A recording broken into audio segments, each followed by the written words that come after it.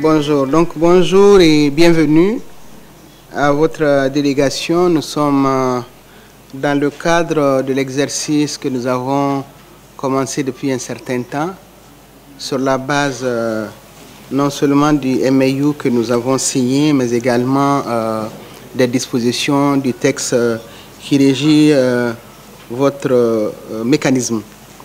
Nous vous écoutons, vous avez 1 heure pour voilà, nous livrer la quintessence des rapports que vous avez produits. Merci. Thank you very much, Your Excellency. Thank you. I would like to truly thank you for allowing us to be with you once more and share our work with yourselves. I am with Dr. Adodlo Kofi, who is in charge, who's a part of the secretariat, of our secretariat, and is in charge of Chad and Djibouti, as well as supporting reports to the Pan-African Parliament and yourselves, the Commission. I also bring you warm greetings from my colleagues on the panel, and also to indicate to you that the agreement, that the MOU that we signed is well received by the APRM family, as it is recognized that by working together we can only improve the impact of our assigned responsibilities. And in the light of that, I should share with you that in the past 6 months, we have made great stride again in working closely with other AU entities whose work is relevant to our core mandate of governance. And here immediately, I should mention the AGA, African Governance Architecture, that we are beginning to coordinate and work together. And in fact, many of these entities are part of the process of the reviewing our work. In other words, with the intention of deepening the reviews, in other words, the impact thereof. It has been flagged in earlier research that the APRM can provide early warning signals of conflicts, and we have indications that reviews done much earlier have kind of predicted conflicts that would then happen in later years. So we are trying to work very closely and to maximize the effect of the reviews, especially in the context of the expanded mandate of ensuring the reviews of 2030, the 2030 targets, as well as the 2063 targets. And here we really are referring to the 10-year, the initial 10 years, the reviews of that.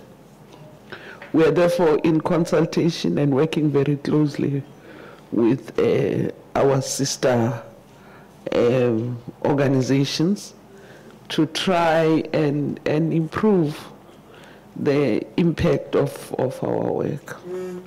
We are hoping, therefore, that our agreement, our MOU, should, especially with when we start looking at content of a framework, that we will be able to define parameters that will enable us to work closely for greater impact, but as well retain the essence of our mandates.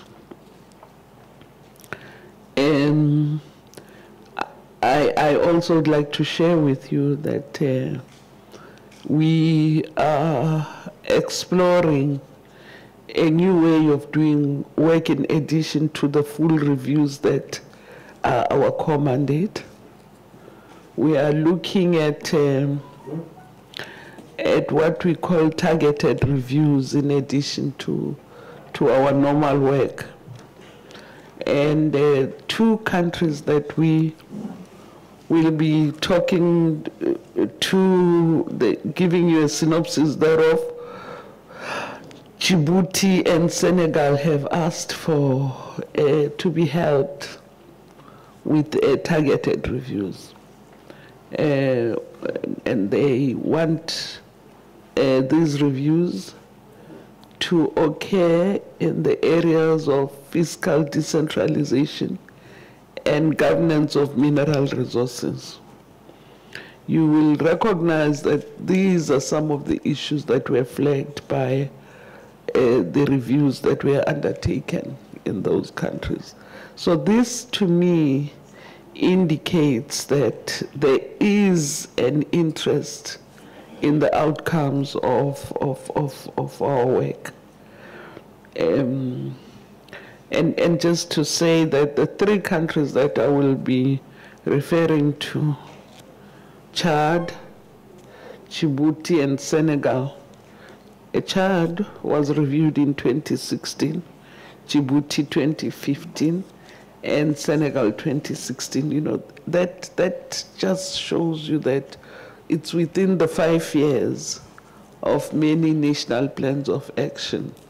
And that there should be a revisit to methods of review, and the request for targeted reviews is, to me, an indication of a political will to really consider recommendations from the reviews. So I then, Your Excellency, Madam Chair, would like to go straight to the synopsis of Chad and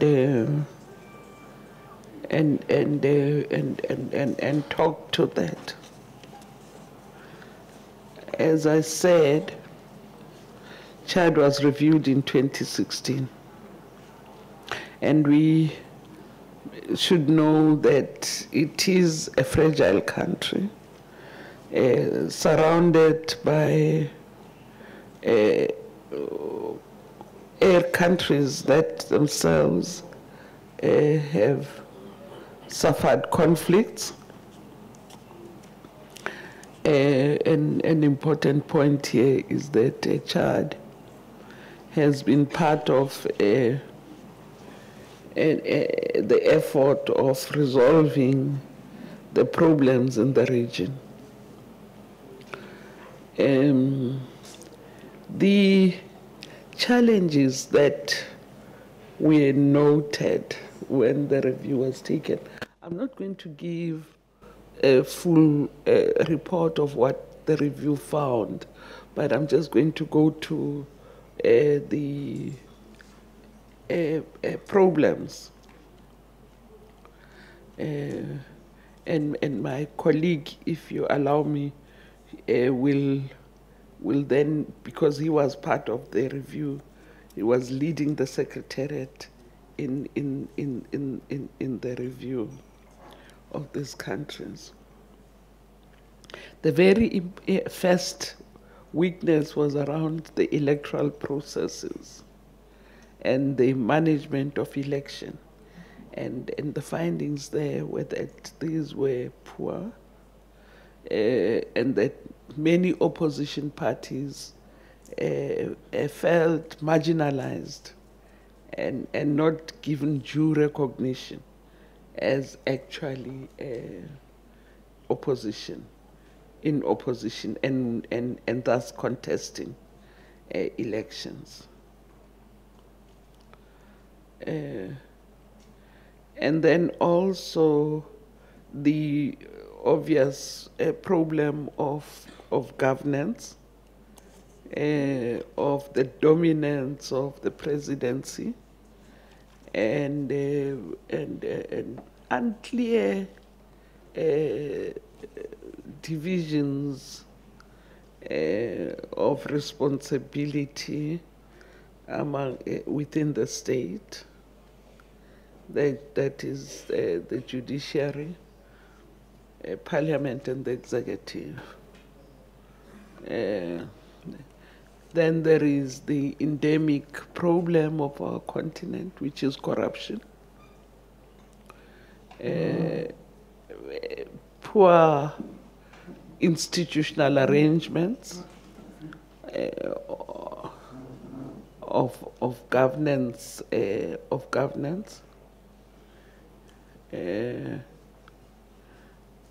as well as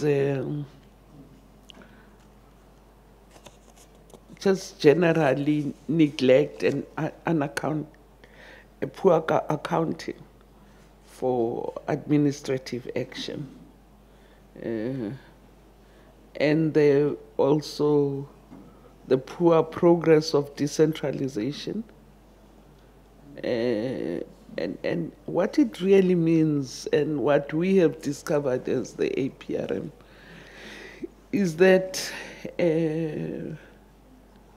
in countries where there is no equitable zoning of administrative power, then remote country areas and peoples in those areas are neglected and have very poor access or almost no access to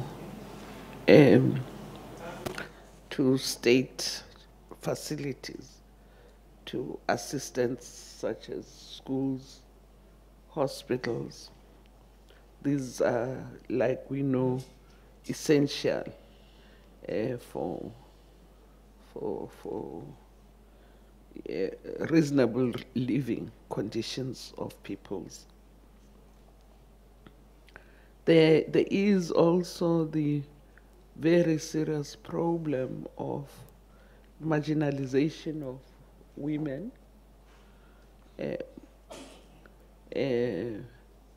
and continued practices of violence against women and the girl child. Here in the report, they talk a lot about repudiation, which you will allude to. The FGM is also a problem. Early marriages for young girls. The persistence of child labor, including the use of children as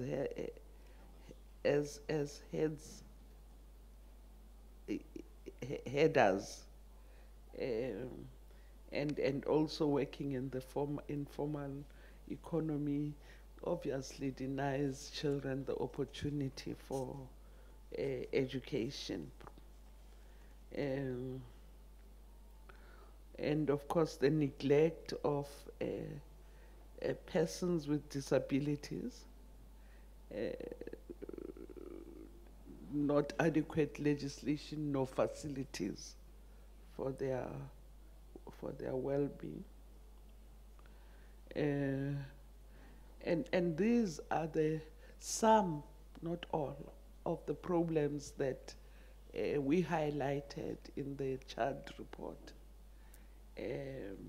So it may well be in many of the countries that on paper they have signed, but in terms of actualizing commitments to treaties, that has not been the case. But the APRM provides the opportunity for, in those countries, for dialogue to take place, for people to talk about what their problems are, and for the leadership in society to be conscientized about the dilemmas and problems that people encounter in their daily lives. I must immediately then say that we are very pleased with the progress that CHAD is making. We see their response to the recommendations that were made after the review are encouraging. Immediately thereafter, a national plan of action was adopted by CHAD, and there was then the commitment for putting into action that national plan. Importantly, from the 19th to the 27th of March 2018 in Jamena, a national inclusive forum on institutional reforms was held in Chad. We think this is a huge milestone. We are encouraged by this because, as I indicated, this is just 2 years after the review. So we see action there. So His Excellency, the President of Chad, confirmed their commitment to changing the situation for the better. So in terms of governance itself, the National Plan of Action limits the term of the president of the presidency to 6 years, renewable ones. Am I correct? Yes. Mm-hmm.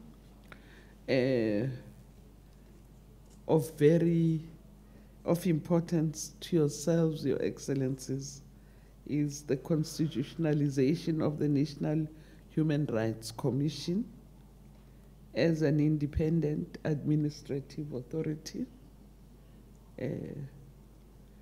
and also defining a new national framework for political dialogue through the search for broad consensus among political parties, strengthening the mechanism for independence of the organs in charge of elections, and also establishing an independent, hopefully non-partisan structure. And also here they speak about speeding up the procedure for the adoption of the Code of Persons and Family to facilitate a resolution of conflict. And most importantly for me is the recognition of gender and the importance of women's role in society, and thus opening up possibilities for women to be elected and also to participate generally in leadership positions. So I'm hoping that with this commitment, there would be follow-up easily by checking whether the appropriate instruments have been ratified, both the UN as well as our AU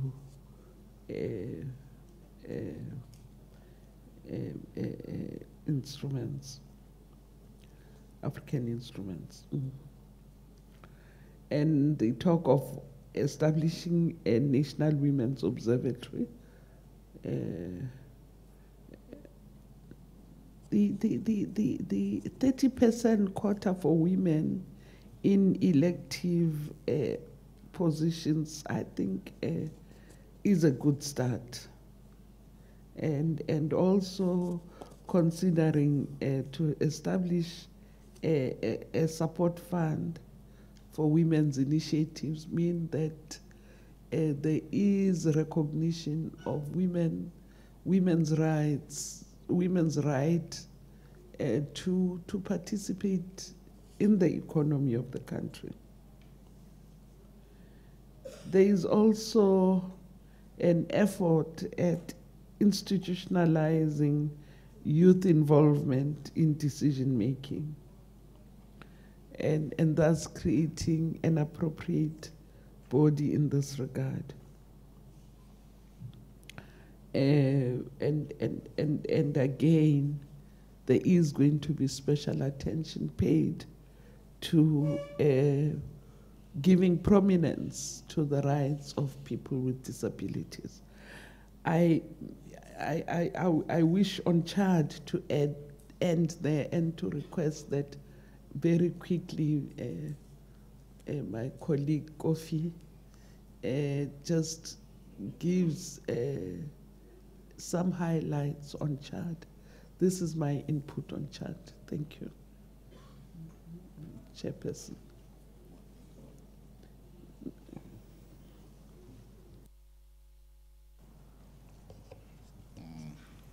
Okay. So, good morning. Okay. Bonjour, Madame la Présidente de la Commission.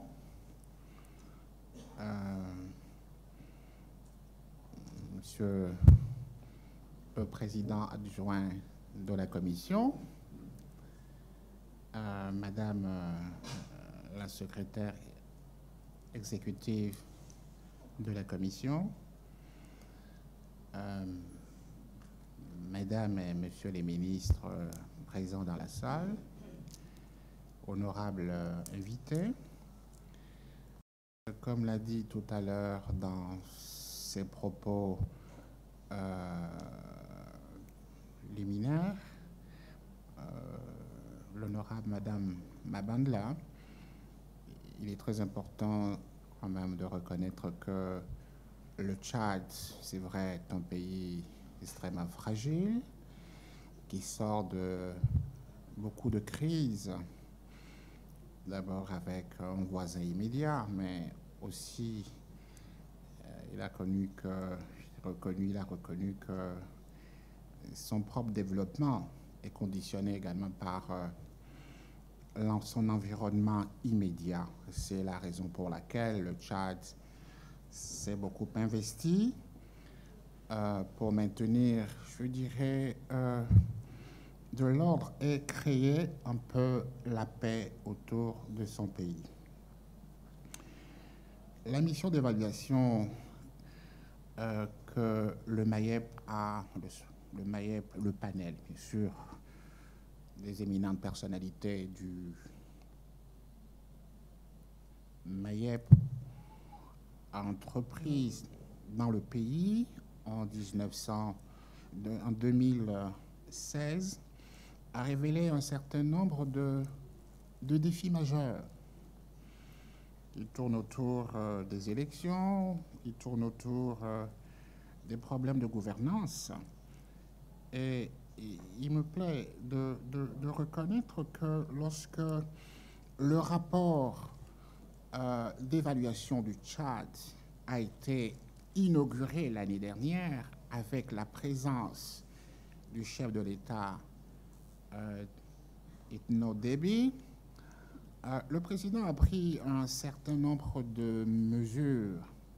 D'abord, il a dit que la prochaine fois que vous reviendrez dans le cadre de la deuxième revue, vous verrez que tous les problèmes évoqués dans le rapport n'y figuraient plus parce qu'on aura fait beaucoup d'efforts. Et c'est d'ailleurs dans ces dynamiques-là qu'il a décidé, avec son gouvernement, de tenir un forum qu'on appelle le forum inclusif dont l'honorable Mabandla a évoqué tout à l'heure dans ses propos.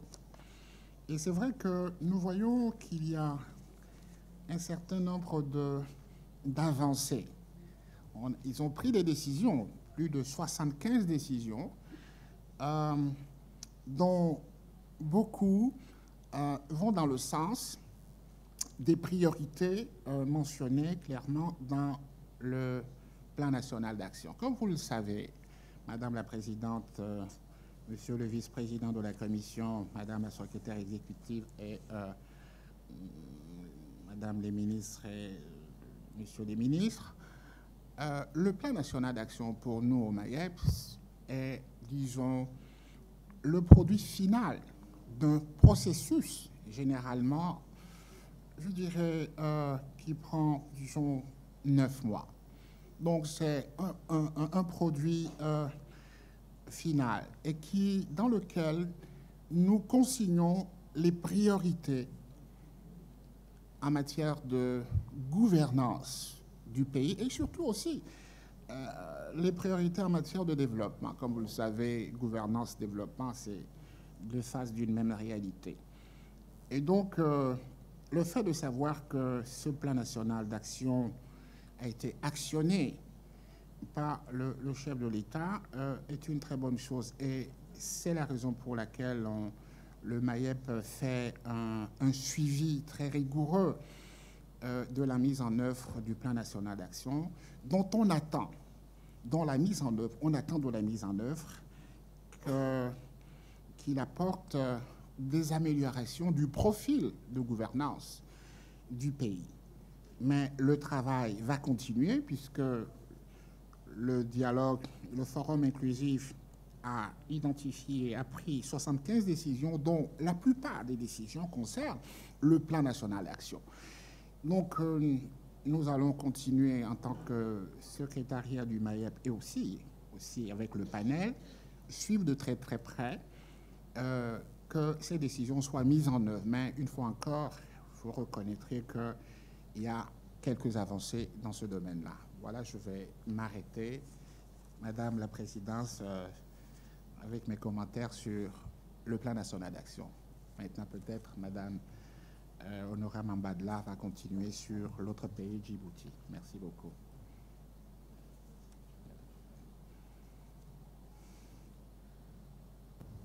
Thank you very much. I thought, as someone who was, really at the core of the review from our side on operationally, that I should allow him to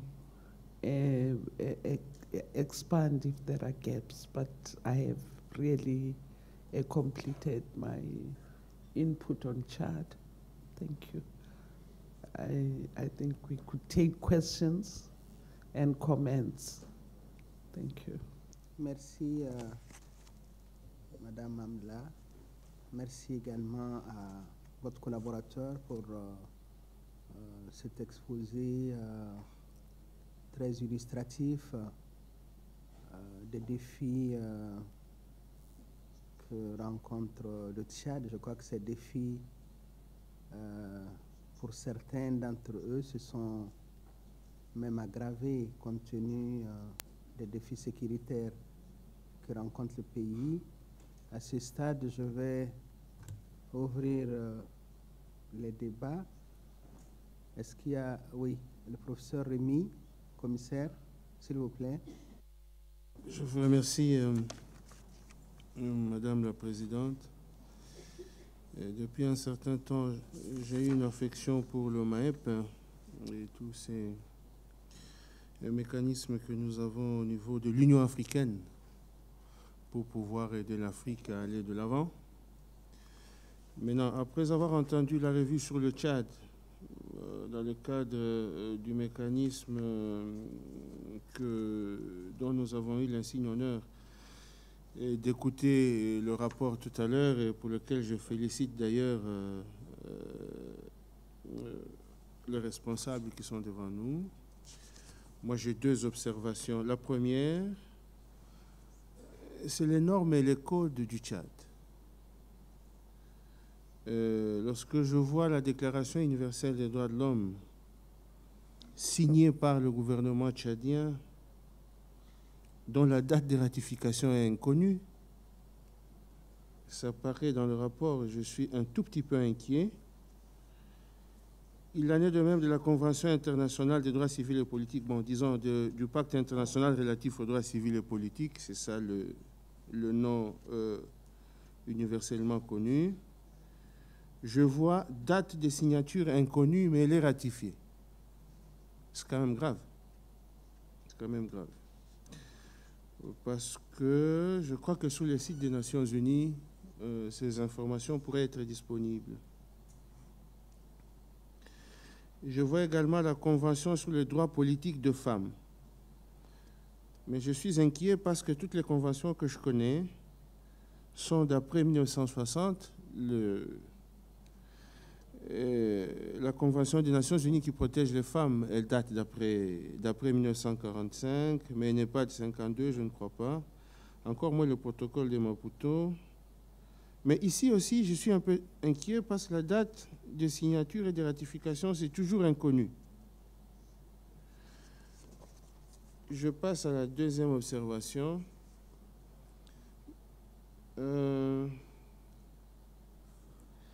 Dans ce que le MAEP appelle les avancées majeures dans le domaine de la démocratie et de la gouvernance politique au Tchad, vous mettez dans cette rubrique la question de la palabre africaine. La palabre, elle existe dans tous les pays africains. Tous les pays se félicitent de ce que, d'ailleurs c'est une tradition, on dit que la palabre elle est normalement africaine. Que les Africains, ça palabre beaucoup, ça dialogue tout le temps, sans que cela ne produise d'ailleurs des résultats. Alors la question, je voudrais que le MAEP nous explique un tout petit peu en quoi le fait que la palabre mécanisme traditionnel de règlement de conflits soit d'application au Tchad peut constituer une majeure dans la mesure où c'est même dit que c'est un mécanisme traditionnel. Ce n'est qu'un moyen, ça ne peut qu'être une avancée majeure que lorsque cette palabre produit des résultats. Il faudrait qu'on nous dise quels sont les résultats auxquels on a abouti en recourant justement à cette palabre. À ce stade, ce sont les deux observations pour laisser aux autres commissaires d'intervenir. Je vous remercie. Merci, honorable commissaire. Est-ce qu'il y a d'autres commissaires qui ont des préoccupations ou des questions à soulever par rapport au Tchad? Je n'en vois pas. Moi, dans la partie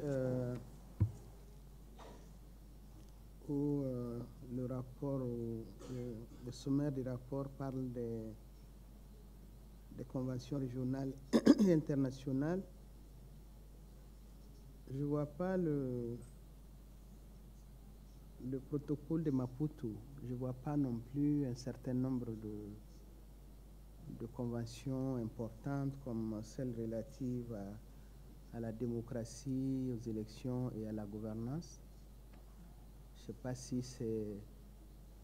vous avez limité cette partie-là ou est-ce que c'est,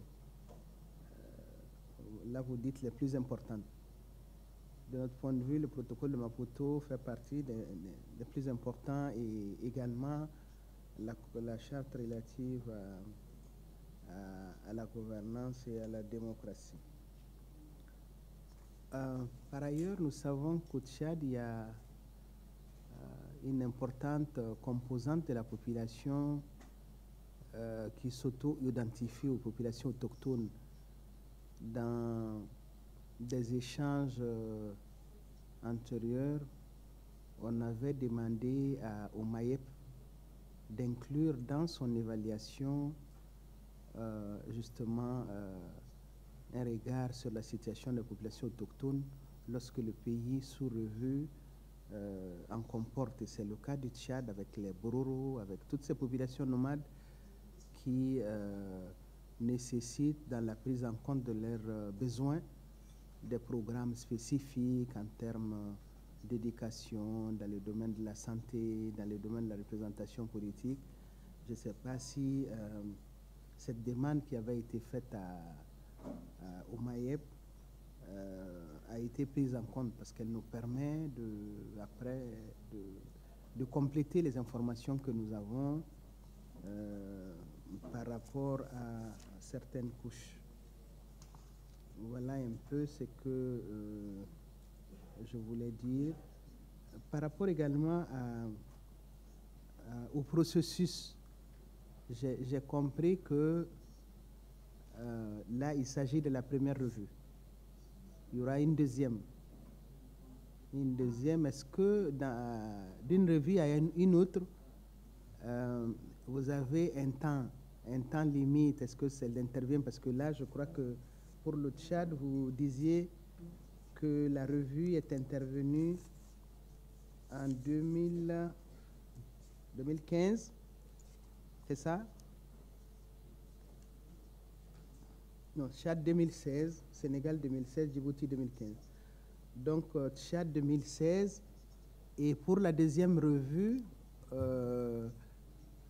elle doit intervenir quand? Dans 3 ans, 2 ans? Et juste pour savoir, parce que pour ce qui concerne le Tchad, nous savons que de 2016 à maintenant, il y a peut-être eu une exacerbation d'un certain nombre de domaines, hein, avec les populations déplacées, avec les réfugiés, avec toute cette situation de confusion dans cette zone-là. Parce qu'il est entouré du Nigeria, du Cameroun, et dans tous ces pays, il y a quand même des problèmes. Alors, est-ce que la deuxième revue, généralement, intervient au bout de combien de temps elle intervient? Voilà mes questions. Merci.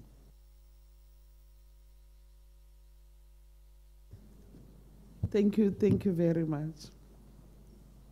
I must begin by saying that we come before you because you flag issues which we then must go back and have and consider ourselves in our work.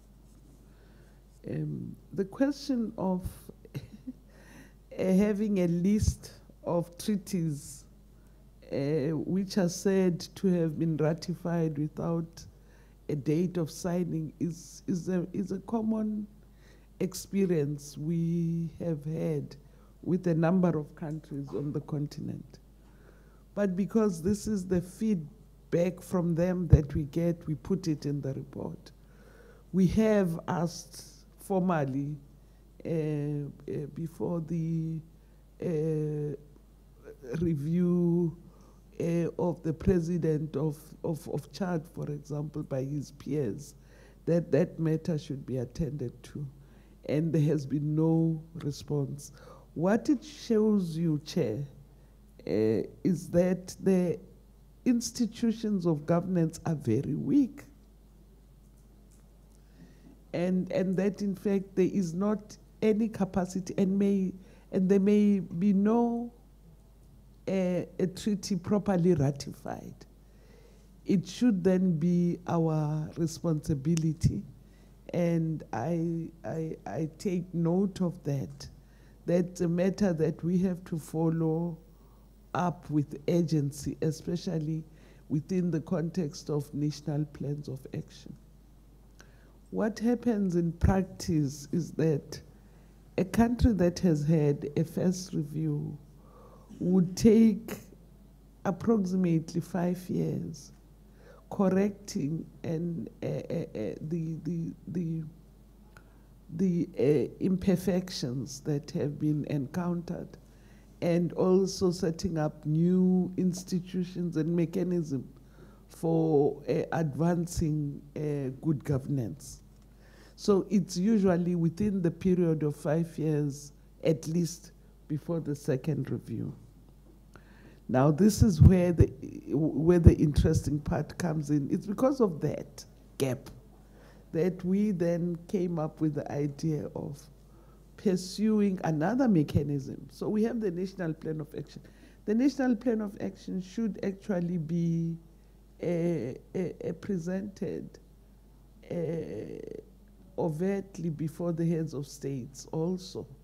And there must be progress reports, I mean, of implementing the plan of action.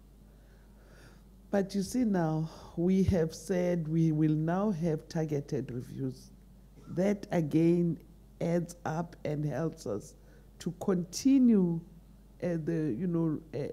pushing for changes within a particular system. So I apologize, but we will return in writing to yourselves around the question of the signing of the treaties. I think we have to pursue them, because I think there must be actual ratification, not just notes and information that it cannot be validated. So we will follow up on that. The panel member who was in charge of Chad is outgoing. He relinquishes his position on the panel in January. There will be a new colleague who's taking up. So Professor Abumanga is leaving, and we have a professor. There will be a new person who will be coming in, and who's taking visits to Chad and Djibouti to familiarize herself about the issues. So I will draw her attention to this. The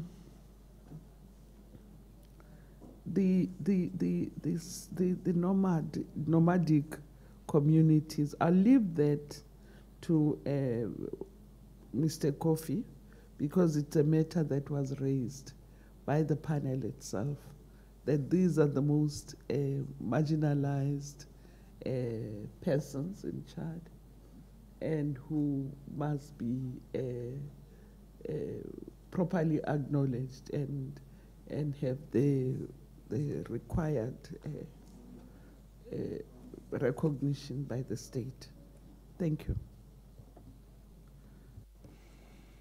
Yes, Madame la Présidente de la Commission, Monsieur le Vice-président,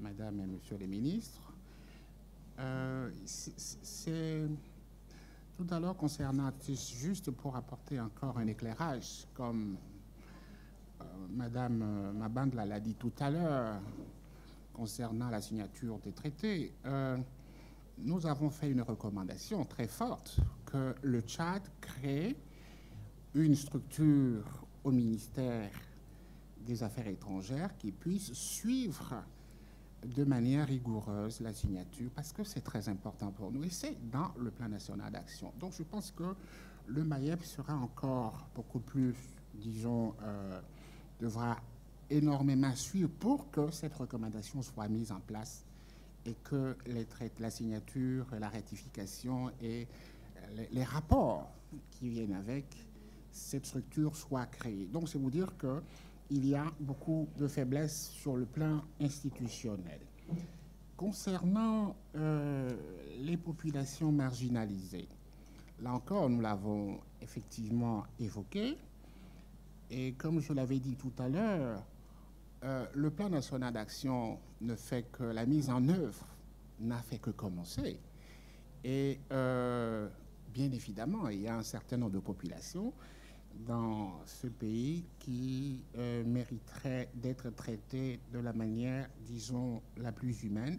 Là encore, le MAIEP va effectivement suivre de très près et constamment solliciter le gouvernement sur les mesures qui sont prises en leur faveur.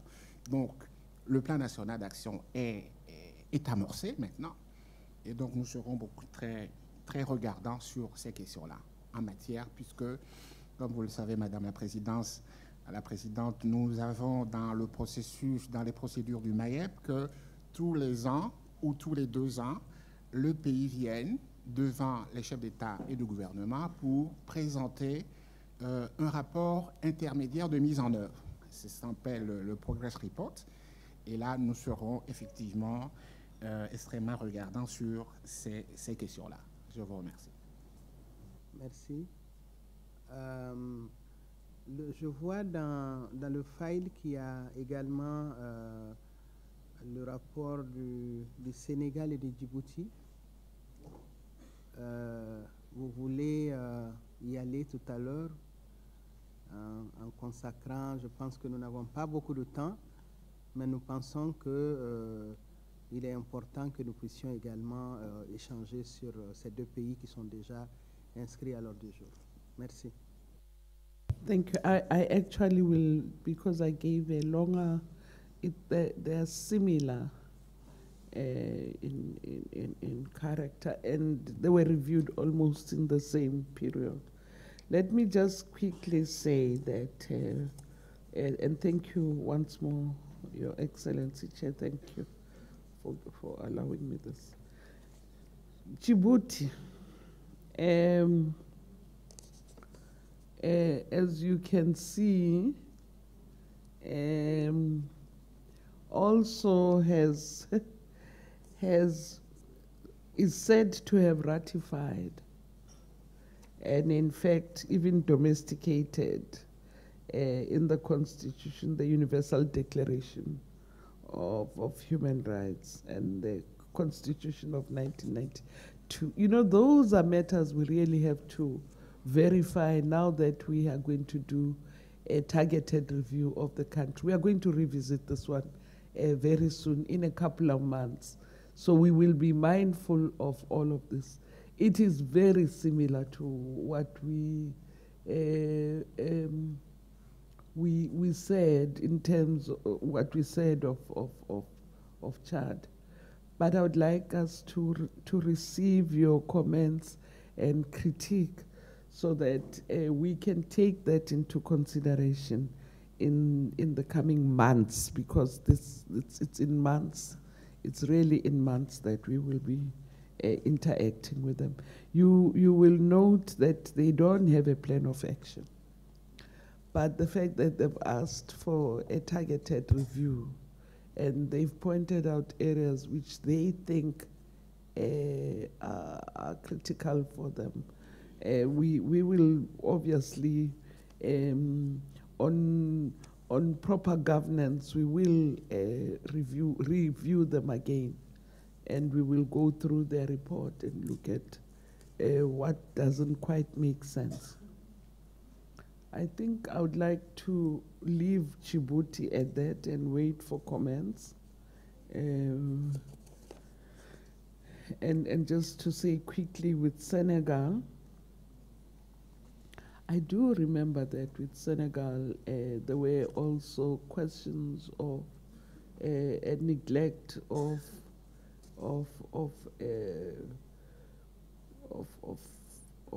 I think it was young people. That was very strongly. They are looking at inclusivity only in terms of economic participation And as we well know, if that's the case, then we have to look at them much broadly. I just thought I should just make that statement, and it will be in answers that we will go back to refer to that. Thank you, Chair. I'm thinking of the time. Merci. Commissaire Lumbu. Je voudrais encore revenir toujours sur les mêmes observations. Mais alors, dans ce cas, le rapport qui nous est présenté, il pose un problème. 3 pays ont été revus, la nomenclature est la même, mais la façon de rendre l'information diffère. Si je retourne au Tchad, au 2e paragraphe, le rédacteur du rapport dit « Je me contenterai d'indiquer les plus importantes, les normes et les codes ». C'est comme si le rédacteur était en train lui-même de parler. C'est pour ça que ces inconnus, moi, je ne comprenais pas. Mais lorsque nous allons à la revue du Sénégal, parce qu'il faut faire une lecture transversale, le style d'écriture du rapport est différent. Ici, c'est le gouvernement de Djibouti qui a réalisé des progrès considérables en adoptant et ratifiant beaucoup de conventions régionales et internationales dans le domaine des droits de l'homme civil et politique. On les énumère. Ce n'est plus le rédacteur du rapport qui parle ici, c'est un discours impersonnel, alors que dans le premier cas, le discours était personnel. Par contre, lorsqu'on passe à la revue du Sénégal, ça devient un autre style de présentation. Là, on n'énumère plus les conventions telles qu'on l'a fait pour le Tchad et pour le Djibouti. Et là, maintenant, c'est un style narratif où l'on nous dit de manière globale la situation de ces conventions au niveau du Sénégal. Alors, moi, je peux suggérer au rédacteur d'harmoniser, de prendre un style unique en ce qui concerne les 3 pays, parce que finalement, on ne nous a plus présenté le Sénégal et le Djibouti disant que la réalité est la même partout. Si la réalité est la même partout, alors le style de présentation des informations qui sont à l'intérieur ne peuvent pas varier. C'est là qu'on quitte un pays à un autre et vers un 3e. Un discours personnel, une énumération neutre et puis enfin un style narratif. Moi, c'est le conseil que je donnerais pour permettre au lecteur qui va lire ce rapport de le comprendre. Mais alors la question que je vais poser, je suis au Sénégal maintenant. Lorsque vous dites à la 4e, à la page 7, 1, 2, 3, 4, 6e ligne, qu'il s'ensuit que la situation générale des droits de l'homme est plutôt bonne au Sénégal. Moi, je crois que le raccourci est vite pris. Le raccourci est un peu vite pris parce que le fait que les normes aient été... On ne sait pas de quelles normes d'abord il s'agit, comme je l'ai dit, et le fait que ces normes aient été domestiquées sur le plan interne et que la phrase qui suit indique que la situation est plutôt bonne, je pense que le raccourci est un peu rapide. Il faudrait qu'on nous explique alors pourquoi c'est bon. Ce n'est pas bon parce qu'on a ratifié et signé, ça doit être bon parce qu'on a appliqué. Sinon, les exercices que nous faisons ici, on écoute les rapports, c'est aussi des revues des États, n'aurait plus son sens. On se contenterait aussi de dire ici que le fait que, par exemple, tel pays ait signé et ratifié telle convention, la situation est plutôt bonne. Pour moi, il y a un problème de logique à ce niveau-là. Il faudrait qu'on change la formulation. On peut dire que ce pays est en règle par rapport aux ratifications et aux signatures. Et on s'arrête là. Mais dire que la situation est plutôt bonne, je crois que c'est un peu aller vite par rapport à ce qui doit être dit sur le Sénégal. Merci. Est-ce qu'il y a d'autres demandes de prise de parole? Je n'en vois pas. Moi, je voudrais relever au niveau de Djibouti, à la page 7, lorsque, s'agissant des bonnes pratiques, 6-7, mécanisme traditionnel de règlement de conflits. Au niveau du système judiciaire, il y a la coexistence de 2 systèmes, le traditionnel et le moderne. Et vous dites que dans la région d'Ali Sabié, pratiquement 80% de gens préfèrent les juridictions traditionnelles. Alors là, je ne sais pas si c'est vrai que pour la préservation de la paix, c'est peut-être important que les populations elles-mêmes se reconnaissent dans le système qui s'applique à elles, s'il est efficace. Mais ce qui pose problème, c'est que généralement, le système traditionnel s'appuie sur des coutumes qui sont complètement discriminatoires, par exemple à l'égard des femmes. Et donc, lorsque nous avons entrepris la mission sur Djibouti, les difficultés que nous avons relevées, les obstacles qui doivent être complets, c'est justement la disparité entre le fait qu'ils continuent à ratifier sans réserve un certain nombre de conventions. Vous verrez là qu'ils ont signé la convention sur l'élimination de toutes les formes de discrimination à l'égard des femmes, le protocole de Maputo, mais cela ne se traduit pas dans la pratique. Comment les conventions peuvent être harmonisées avec les lois nationales, comment justement la loi peut absorber aussi ces pratiques discriminatoires. Je crois que c'est l'un des problèmes qui se posent à Djibouti, et pas seulement qu'à Djibouti. Il y a beaucoup de pays dans lesquels il y a des vides juridiques, on préfère ne pas parler des successions parce qu'elles sont régies par le marabout qui prend une partie de la succession et les femmes les plus jeunes. Donc il y a quand même des problèmes sur lesquels à la fois la Commission africaine et les mécanismes de revue devraient pouvoir avoir la même vision qui est celle vraiment de faire en sorte que la vision des conventions puisse prédominer sur les attitudes, sur les comportements, même lorsque effectivement des traditions sont là et qui apaisent, mais avec la sensibilisation, l'éducation, en principe, peut-être que les habitants de la région d'Al-Sabieh trouveront que ce qu'ils considèrent comme le bien-être pour eux ne peut pas être celui qui sera valable pour les générations futures. Donc je pense que de ce point de vue, il y a un travail à faire au niveau national, au niveau des régions, et qui devrait pouvoir comporter plusieurs axes dans le domaine de l'éducation, dans le domaine de la sensibilisation, dans le domaine aussi de l'intégration des chefs religieux et des chefs communautaires, justement, à cet esprit qui devrait intégrer le respect des droits de l'homme. Voilà ce que je voulais dire. Je vous donne la parole pour clôturer. Merci. Excusez-moi, hein. Madame la commissaire, hein, s'il vous plaît. Good morning, all. Madam Chair, very sorry. I'm a bit worried about this process.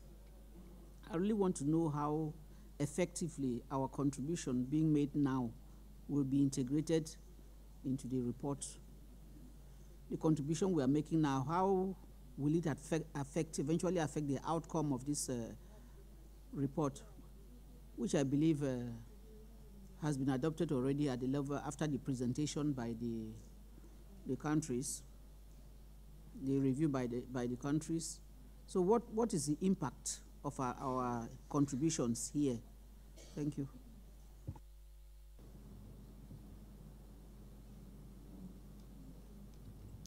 Thank you, thank you, thank you. Commissioners, Chair, thank you for the opportunity. May I please start with the last question about what would be the impact of this? When a country is reviewed, there is ongoing work. What follows immediately thereafter is a national plan of action based on the recommendations that were made. You see, the report is actually a report of self-assessment that comes from the country, but that is then critically looked at by experts that who work with us, our partners from sent by UNDP, etc. And we have an early flagging of the problems. But the country, because you want the countries themselves to recognize their weaknesses.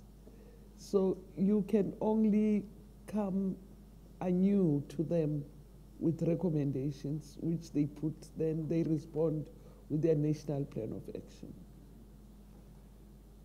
And then there is also comment from other heads of state, which of course will be moderate. There is that sense of how they accommodate one another, but they would confirm where there are jarring weaknesses within your system. And this will then show how important it is for us to come here. So before they have a progress report, we then go back and say, but you know, for example, in Chad, you have not signed, and this also was a response from, we will take into consideration your responses very seriously in our deliberations on the panel. We give reports to the panel about what you say, what has been said here. And the panel member in charge would then follow up around the progress reports. But you see, this is to keep the vigilance, it's to keep at it. It's to keep at it, you know, because in the end, you are dependent on political will. But I'm very happy that we really are before you, because I'm thinking, Chair, the comments that you make on Djibouti, and I'm saying this is the most difficult part, where there is an interface, a touch of human rights and our traditional systems. There is always a difficulty in really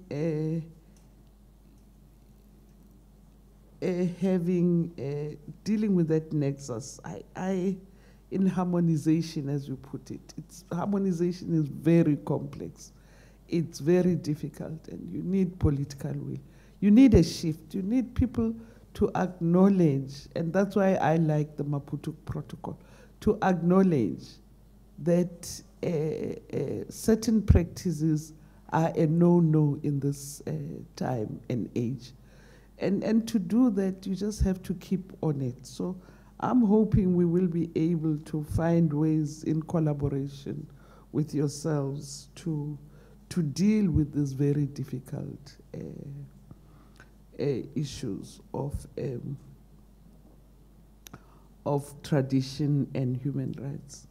We must find solutions. And what better way than to continue having a workshop? We have a workshop around this in the Sahel, for example, would be very good.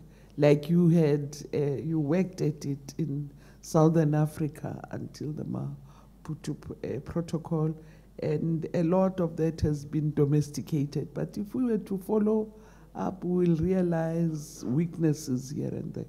So I am humbled and grateful that there were these observations made that actually require us as the APRM to do our work better. And I'm here responding to Commissioner's comments about Senegal and the inconsistencies in the style of writing.